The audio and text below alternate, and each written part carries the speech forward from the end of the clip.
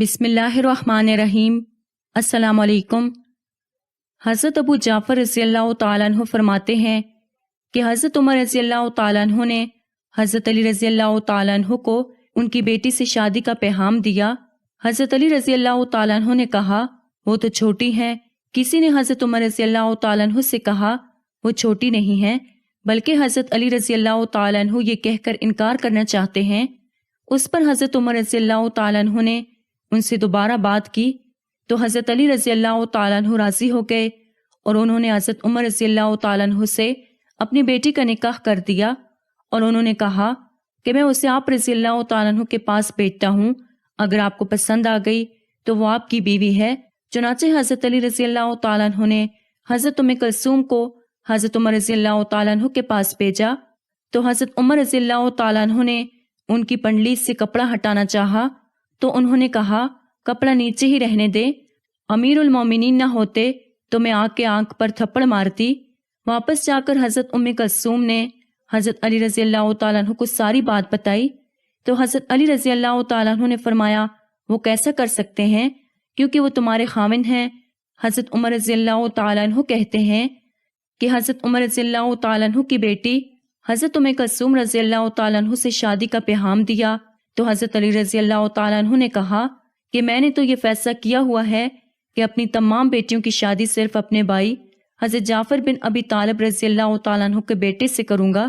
حضرت عمر رضی اللہ تعالیٰ عنہ نے فرمایا نہیں، آپ رضی اللہ تعالیٰ عنہ اس کی شادی مجھ سے کر دیں۔ اللہ کی قسم روئے زمین پر کوئی مرد ایسا نہیں ہے جو اس کے آرام کا اتنا اہتمام کر سکے جتنا میں کروں گا۔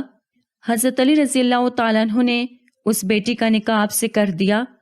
عمر رضی اللہ تعالیٰ عنہ نے آ کر مہاجرین سے کہا مجھے شادی کی مبارکباد دو۔ انہوں نے انہیں مبارکباد دی اور پوچھا آپ نے کس سے شادی کی ہے؟ حضرت عمر رضی اللہ تعالیٰ عنہ نے کہا حضرت علی رضی اللہ تعالیٰ عنہ کی بیٹی سے، کیونکہ حضور صلی اللہ علیہ وسلم نے فرمایا ہے کہ میرے رشتہ اور تعلق کے علاوہ ہر رشتہ اور تعلق قیامت کے دن ختم ہو جائے گا۔ میں نے اپنی بیٹی کی شادی تو حضور صلی اللہ علیہ وسلم سے، اب میں نے چاہا کہ حضور صلی اللہ علیہ وسلم کی نواسی سے میری شادی ہو جائے تو مزید رشتے کا تعلق ہو جائے گا۔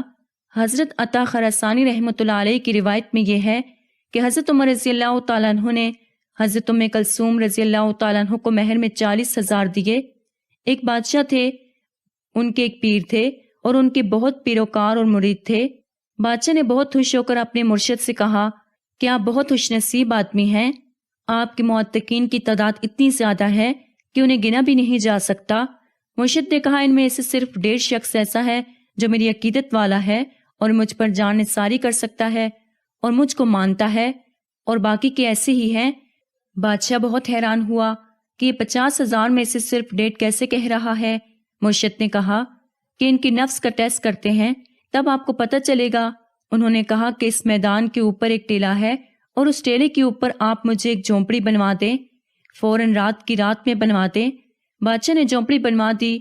اس جھونپڑی میں اس بزرگ نے 2 بکرے باندھ دیے اور کسی کو پتہ نہیں کہ وہ اس میں 2 بکرے باندھے گئے ہیں، اور پھر وہ جھونپڑی سے باہر نکلا اور اونچی آواز میں کہا ہے کوئی میرے سارے مریدین میں سے جو مجھ پر جان چھڑکتا ہو، میری بات دل کی گہرائیوں سے مانتا ہو، برے وقت میں میرا ساتھ دینے والا ہو، اور جو قربانی میں اسے مانگوں وہ دے۔ اگر کوئی ایسا ہے تو میرے پاس آئے۔ اب اس 50,000 کے جمع غفیر میں سے صرف ایک آدمی اٹھا، وہ آہستہ آہستہ چلتا ہوئے ڈھیلے پاؤں رکھتا ہوا اس کے پاس گیا۔ مرشد نے کہا تجھ میں یہ دم خم ہے؟ اس نے کہا ہاں ہے۔ اس نے اس کی کلائی پکڑی، اس کو جگی کے اندر لے گیا اور وہاں کھڑا کر دیا اور کہا خاموشی کے ساتھ کھڑا رہے۔